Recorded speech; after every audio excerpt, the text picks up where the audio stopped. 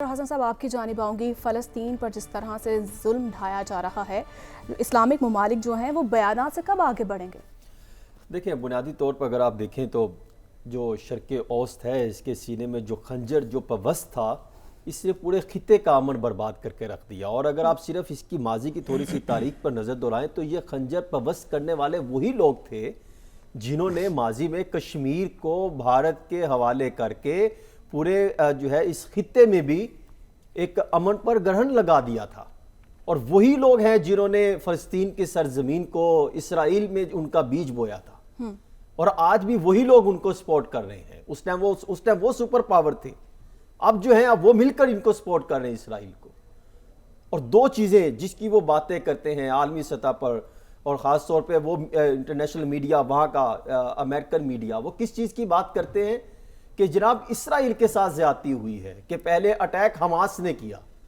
لیکن اس وقت ان کی آنکھیں کیوں بند تھیں؟ اس وقت ان کو انسانیت کا یہ علمدار کا جھنڈا ان کے دل میں کیوں نہیں جو ہے وہ ابھرا کہ جب اسرائیل فلسطینیوں پر ظلم ڈھاتے تھے، جب وہ راکٹ لانچر جو ہے وہ وہاں پر اٹیک کرتے تھے، میزائل جو ہے وہ لانچ کیے جاتے تھے، اس وقت وہ کہاں تھے؟ آج ان کو یہ یاد آ گیا کہ حماس نے پہلے کیا۔ حماس نے کیوں کیا؟ اس وقت اس لیے کیا کہ آپ نے گزشتہ 15 سالوں سے جس طرح وہاں پر اذیت ڈالی، جس طریقے سے ان پر جو ہے وہ ظلم ڈھائے، اور آئے روز کیا کیا، وہ ایک پٹی بھی آپ نے جو نہیں چھوڑی۔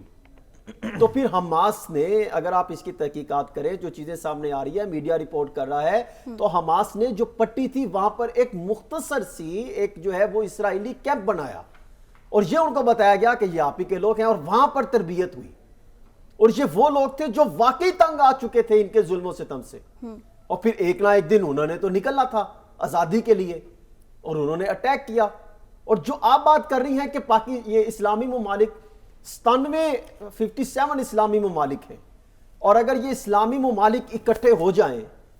تو آپ اندازہ کریں، بلکہ ان کو چھوڑیں، یہ صرف یہی عرب جو امارات میں تو کچھ آتے ہیں اسلامی ممالک، یہی اکٹھے ہو جائیں تو جو 2.25 ارب تقریباً 2.25 ارب کی قریب مسلم کمیونٹی بنتی ہے، اوورال مسلمان بنتے ہیں، تو ان کو یہ 2 وقت یا 3 وقت کی روٹی دے سکتے ہیں، 1.5-2 سال تک دے سکتے ہیں، اتنا ان کے پاس پیسہ ہے، اتنا ان کو اللہ تعالیٰ نے وسائل سے نوازا ہے۔ لیکن کیا ہے کہ ہم سپورٹ نہیں کرتے ایک دوسرے کو، ہم اکٹھے نہیں ہو سکے آج تک، اور آج پھر وہی ہو رہا ہے کہ وہ دشمن طاقتیں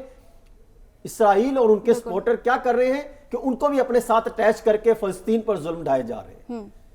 ہمیں جو ہے اس کا ہوش ہی نہیں ہے۔ آپ دیکھیں کہ اس وقت جو ہے کہ کس طریقے سے اب دیگر جو ممالک ہیں، امریکہ اور دیگر، کس طریقے سے اعلیٰ درجے کی منافقت کا جو ہے وہ رول پلے کر رہے ہیں، کہ وہ کہتے ہیں کہ وہاں پر نہ انہوں نے پانی بند ہے، جس ابھی بتا رہے تھے سالسود صاحب کہ پانی بند ہے، خوراک بند ہے، ہسپتالوں میں لائٹیں نہیں ہیں، وہاں پہ ایک واحد تھا غزہ میں جس کو آپ نے بند کر کے رکھ دیا پلانٹ، وہاں پہ ہاسپٹلز بھرے پڑے ہیں، اور وہاں پہ جو بیچارے لوگ ہیں اپنے عزیزوں کی لاشیں نکالنے کے لیے جو ملبے کے نیچے دبے تلے ہیں، ان کو نکالنے کے لیے 1 یا 2 بندے جاتے ہیں اور وہی لا کے دفنا دیتے ہیں۔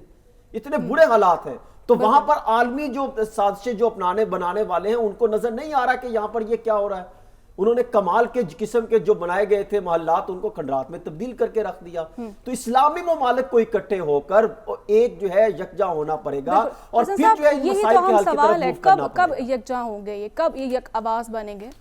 دیکھیں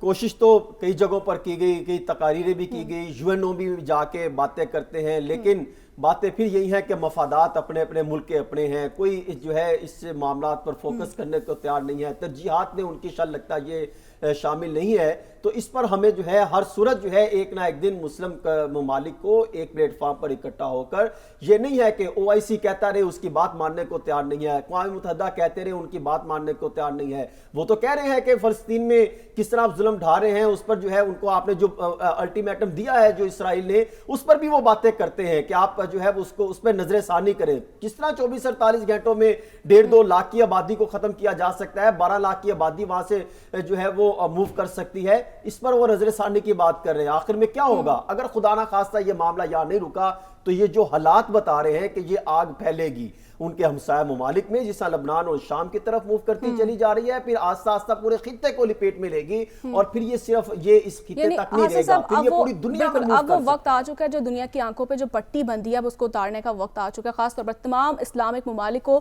آگے ہونا ہوگا، بڑھنا ہوگا اور اس کے لیے آواز اٹھانی ہوگی، بلکہ اقدامات کرنے ہوں گے، ایک واضح لاہ عمل جو ہے وہ سامنے لانا ہوگا.